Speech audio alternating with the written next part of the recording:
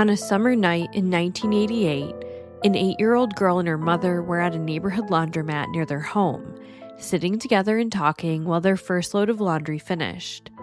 As they talked, they barely registered the movements of a man who entered the laundromat and passed through their line of sight. Moments later, he attacked them without warning. Injured and terrified, they managed to make it roughly 100 yards back toward home before collapsing in a neighbor's yard. The mother survived the attack, but her daughter did not. Today's episode explores a case that is especially difficult to comprehend. Crimes committed by strangers are rare, and this one offers no clear motive, other than the possibility that the man may have become enraged over a vending machine that failed to give him change. Investigators believe the man who carried out the attack fled with help from another person who acted as a getaway driver. That individual has never been identified, and the man responsible for the violence has never been caught. I'm your host, Megan, and each week on A Simpler Time True Crime, I cover older unsolved cases and challenge the idea that a simpler time means a safer time. This week, I'm bringing to you the unsolved murder of Jennifer Delgado.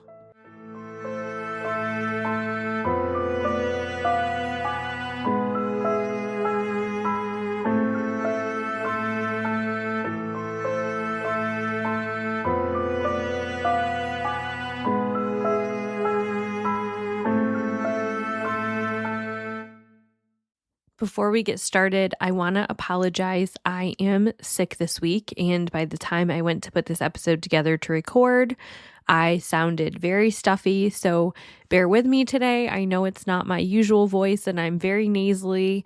I'm hoping that by next week, I will sound better. But with that, let's get into it. On Monday, June 6th, 1988, it was an ordinary evening for 33-year-old Vicky Martinez. She was spending time at home with her family in her Westwood Village neighborhood in San Antonio, Texas.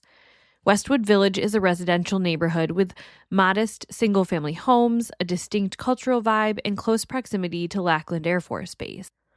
That evening, just before 8 p.m., she had said hello to her neighbor, 25-year-old Melita Delgado, and her 8-year-old daughter, Jennifer.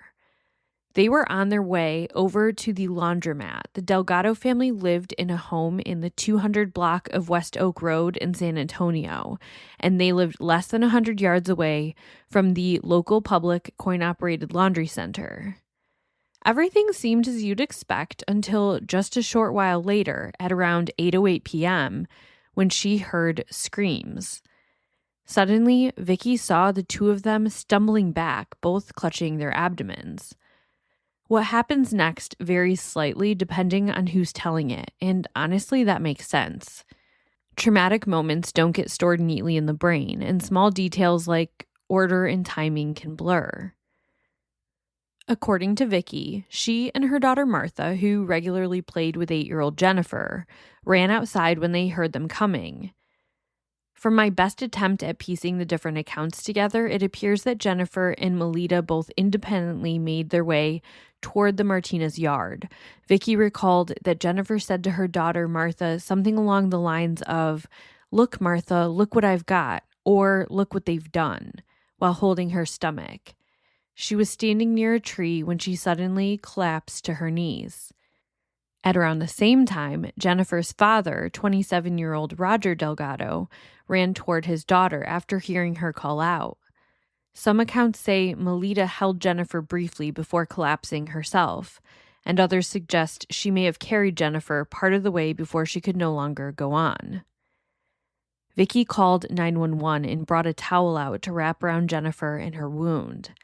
At this point, she wasn't sure if Jennifer and Melita had been shot or stabbed or what had happened, just that they were both profusely bleeding. Jennifer rapidly lost consciousness, and Melita was still conscious but losing a ton of blood. EMTs got there and whisked both off to Wilford Hall U.S. Air Force Medical Center. Melita was worked on for 2 stab wounds to her left side and abdomen, and she was in serious condition in the intensive care unit. Jennifer was rushed into surgery, but her knife wound to her abdomen had cut a major artery and a major vein while also puncturing her lung. Jennifer died on the operating table at 11 p.m. that night. Jennifer was a little bookworm, an academic getting ready to start 4th grade at Westwood Terrace Elementary. She was deeply loved by her family and her peers and was known as playful, kind, sweet, and respectful to every adult in her life. Not long before her death, she had earned 4 ribbons and a citizenship award at school and was on the elementary honor roll. Her father had been a talented baseball player growing up and still had his old trophies, and he used to place Jennifer's ribbons and awards right alongside them, something that made her incredibly proud. And then, in an instant, she was gone. And for what? That explanation there would come from a strange and chilling account given by Melita Delgado, one that only underscored just how senseless this act truly was.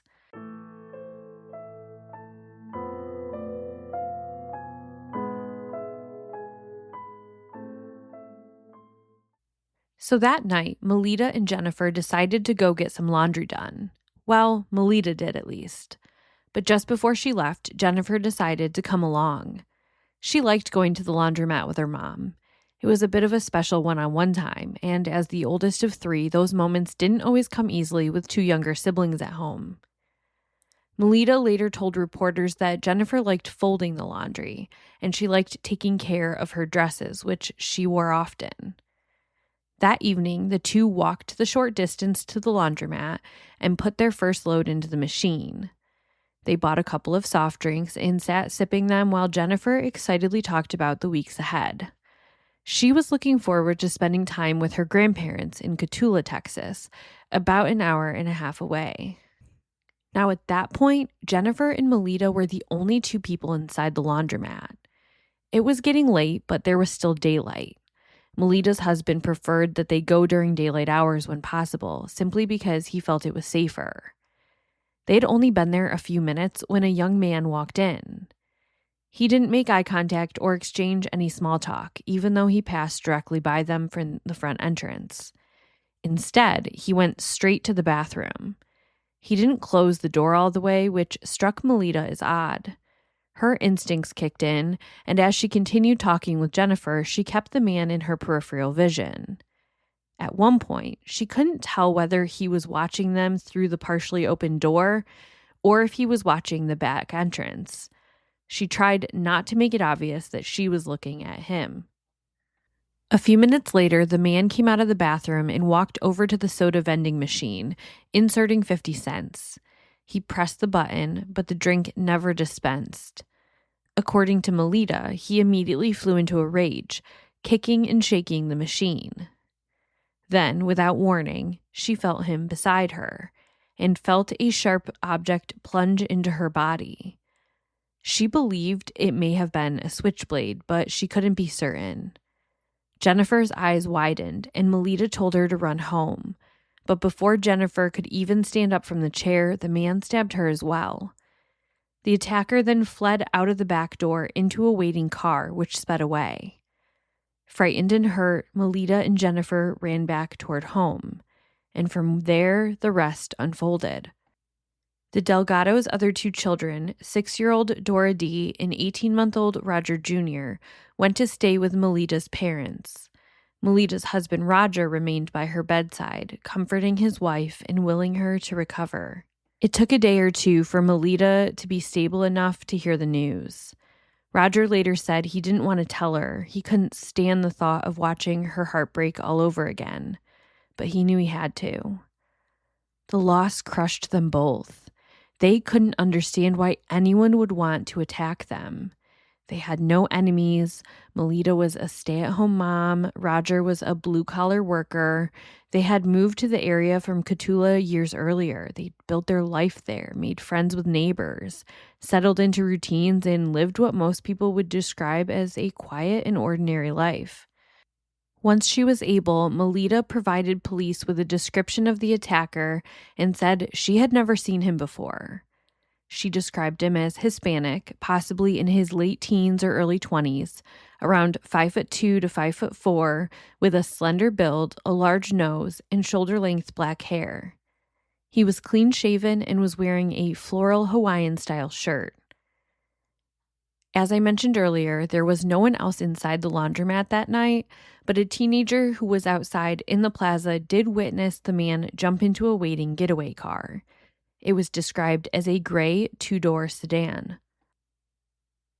The story became headline news, most of them reading something like, "Enraged at machine, man kills girl." Immediately after the attack, police had set up roadblocks as quickly as possible to stop any cars that matched the description the witnesses saw. But the problem is the proximity of the area to the highway. Police believe as soon as the two left, they hopped on Highway 90 and got out of the area. Still, they did not think it was random that they were in the neighborhood to begin with. San Antonio Police Sergeant Albert Zaleski told the press, quote, "We combed the neighborhood, but we need the help of citizens. We believe the suspect was visiting or lives in the area," end quote. Lead detective on the case, John Lopez, said, "This has got to be one of the most senseless murders, to stab a small child like that without any reason." The day immediately after the attack, the laundromat stayed closed. Police emptied the machine of quarters, hoping to dust fingerprints off of the quarters they found. Sergeant Gonzalez told the San Antonio Express News, quote, "There's a remote chance that we may be able to get a fingerprint or a partial print. It would help a lot if we had a name that we could match it to." There were no coins in the trap. All the money, about $25 in coins, was in the recovery tray, end quote. Honestly, $25 in coins, even if you could get fingerprints to match to someone you're interested in for the crime, that still would only tell you that a person visited that laundromat at some point recently and purchased something from the vending machine. I'm not even sure if they could narrow down the last time the vending machine was serviced to date how far back the change could have even come from. But don't get me wrong, I applaud them for trying and their strategy. Police also looked into more recent crimes that had happened in or around the laundromat, and there were a couple that stood out. One was back at the end of September in 1987, 8 months before this attack. That day, two men were seen using screwdrivers to disassemble and rob a video game machine in the store, and there was about $80 worth of quarters in it. When another customer at the laundromat confronted the pair, they took off. Now, this was a while before the attack on Melita and Jennifer, but it rang in similarity because it was two people, and we know in this recent attack, it was the one man who attacked and the other person was the getaway car. So just similar with the change and, the vending machine in one, the video game with the other, and then it's two young men. And that got me thinking that perhaps this man wasn't trying to just purchase soda at all. Maybe the kicking and the shaking of the machine was him trying to get change loose to steal it. I'm, of course, not sure. I wasn't there. It's just something to consider. And the main thing that made me consider that option was where the money was found. It was inside the vending machine's recovery tray, the small compartment meant only to return rejected coins or change. Detectives reportedly found around $25 in quarters in that area. That's unusual because once a vending machine accepts payment, the money is routed internally into coin tubes or a locked cash box and is no longer accessible from the outside. The recovery tray is not a storage area, and accepted coins do not pass back through it. Finding that volume of money there suggested something out of the ordinary, either repeated rejected coins, a malfunction that caused coins to dump into the tray, or interference with the machine. Under normal operation, that amount of accepted currency simply wouldn't be sitting in the recovery tray. Having said that, I'm not a vending machine expert. I had to dig into that a little bit and learn about it. So if you do work on these machines, please feel free to weigh in on the comment section and let me know your thoughts. The other crime reported at the laundromat was very different, but it was also more recent, just a week earlier. Several witnesses said a man had exposed himself to customers inside the laundromat before jumping into a copper-colored station wagon and driving away. Even if the two incidents weren't related, residents said they were just another example of what they felt was a downhill trend in the neighborhood. Even the owners of the coin-operated laundromat acknowledged it. They told reporters that in the year they had owned the business, they already had to adjust their hours, closing earlier because the later it stayed open, the more trouble it seemed to attract. In the aftermath of the murders, a woman named Mary, the general manager of the laundromat, resigned. She had been tasked with overseeing the cleanup after the attack, an overwhelming responsibility made even heavier by the fact that her 11-year-old granddaughter, Priscilla, was outside playing while it was all happening. Priscilla attended the same school as Jennifer. It was all too much, and Mary told reporters, "I'm quitting this job. It's just not worth it." And to be clear, it wasn't because she was having to clean up the crime scene. It was more so just that it weighed really heavily on her, seeing her granddaughter play outside and knowing, I'm working in this place that someone just got murdered in.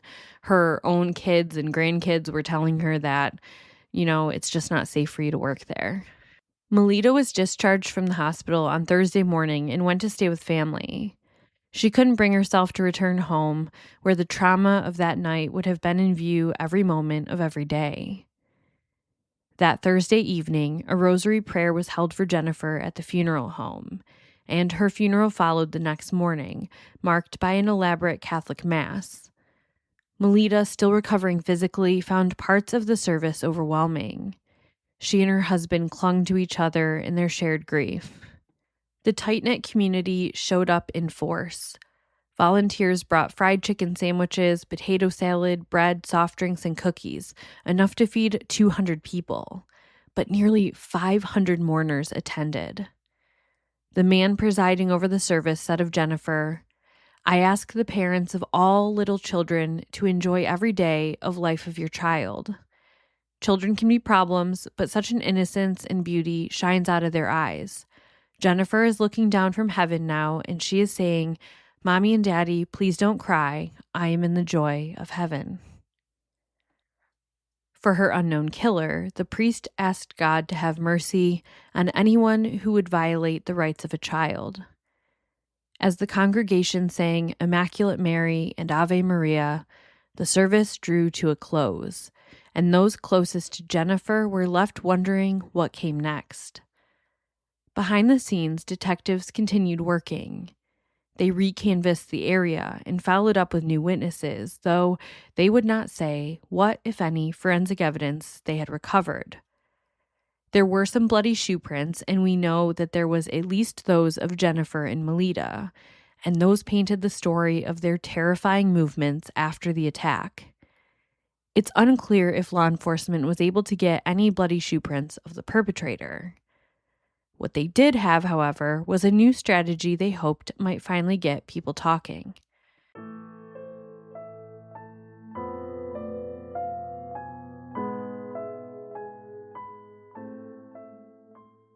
As the investigation kicked into high gear, police had one message for the getaway driver in the Jennifer Delgado case. Come forward, or you risk being charged with murder too.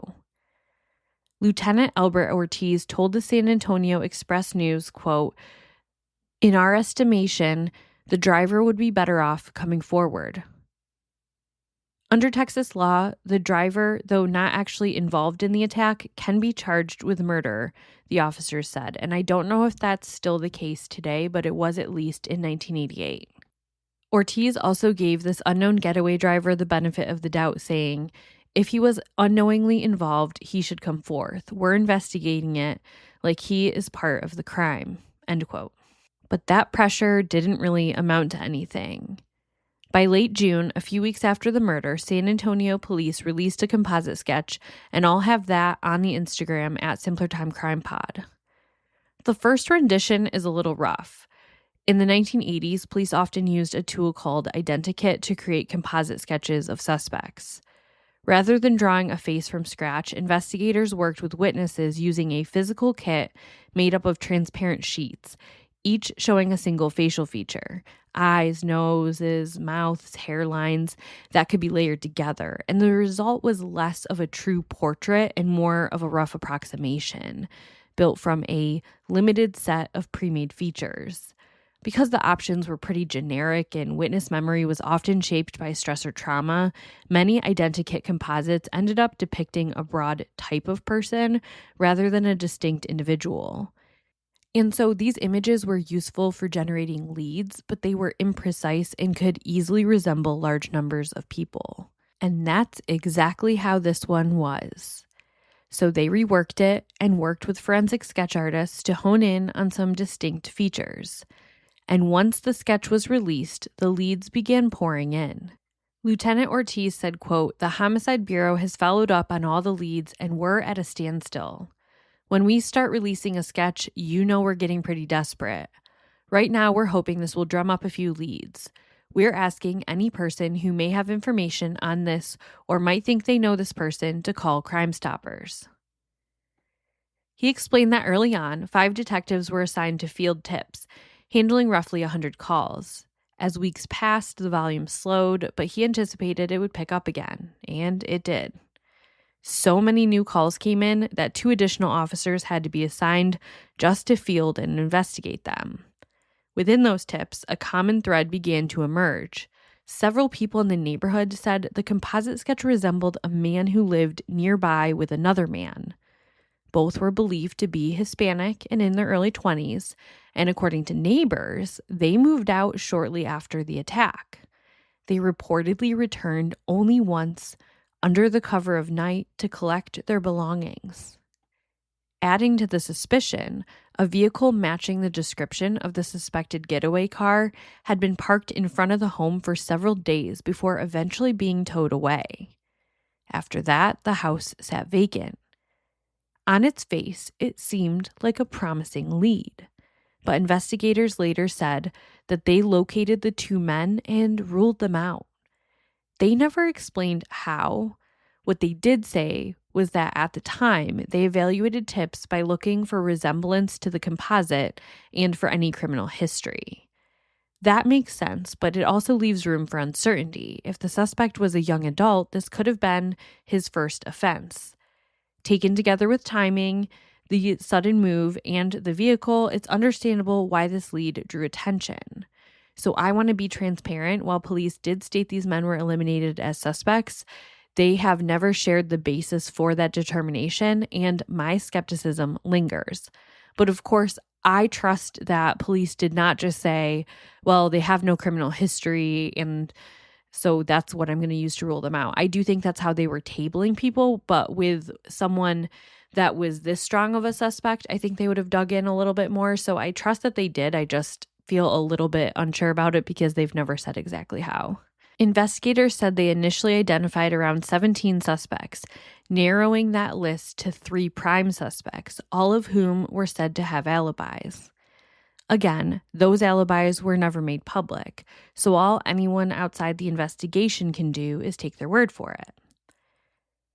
At around the 1-month mark, Melita Delgado shared her fear that her daughter's killer and her attacker would never be caught.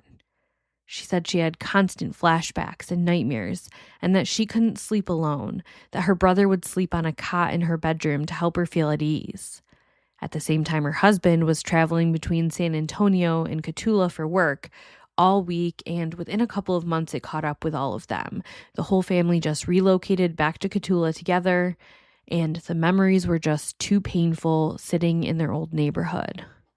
When asked back in 1988 what her belief was for the motive, Melita said, quote, "I think it was someone who wasn't in his right mind or he was on something.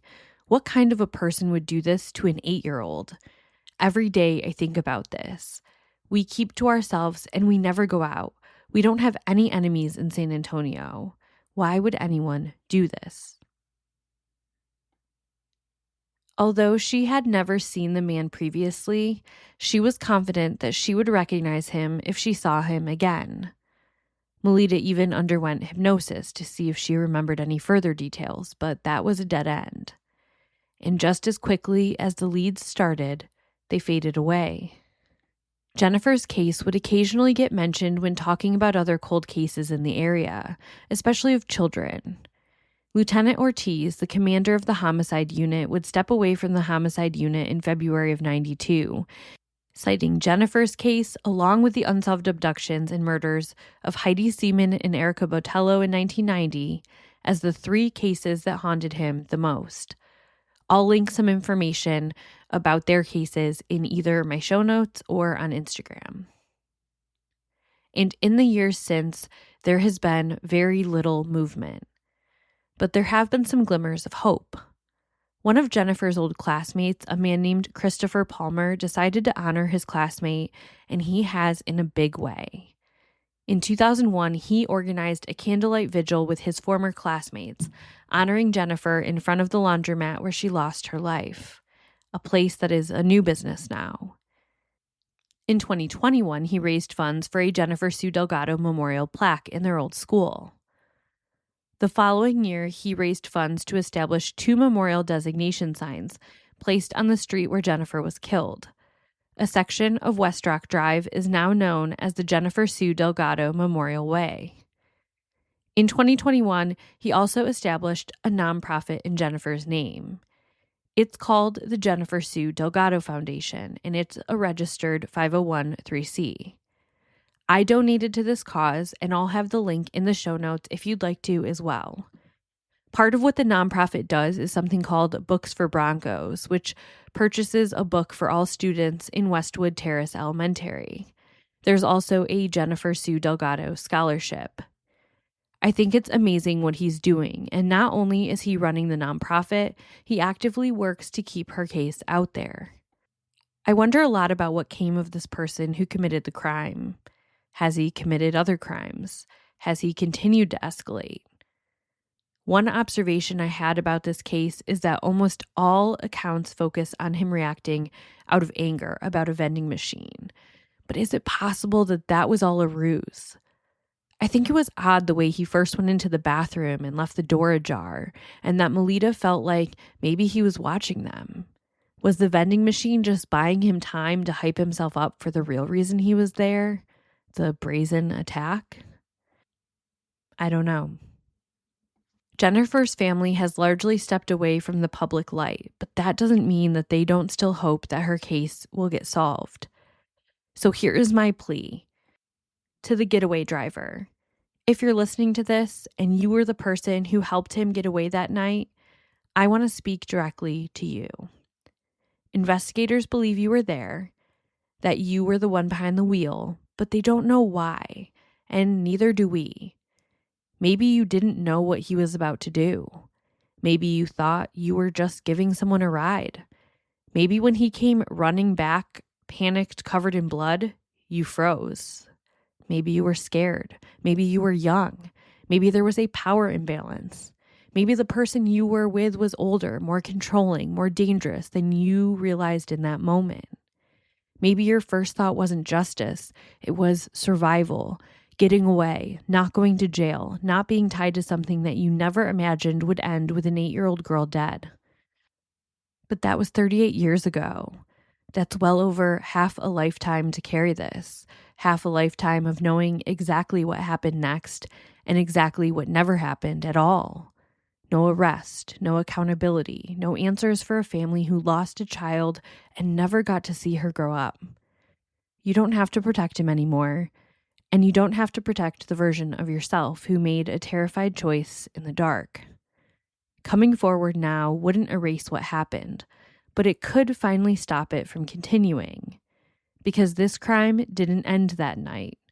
It's been ongoing for 38 years in the form of silence. If you're out there, this is your moment.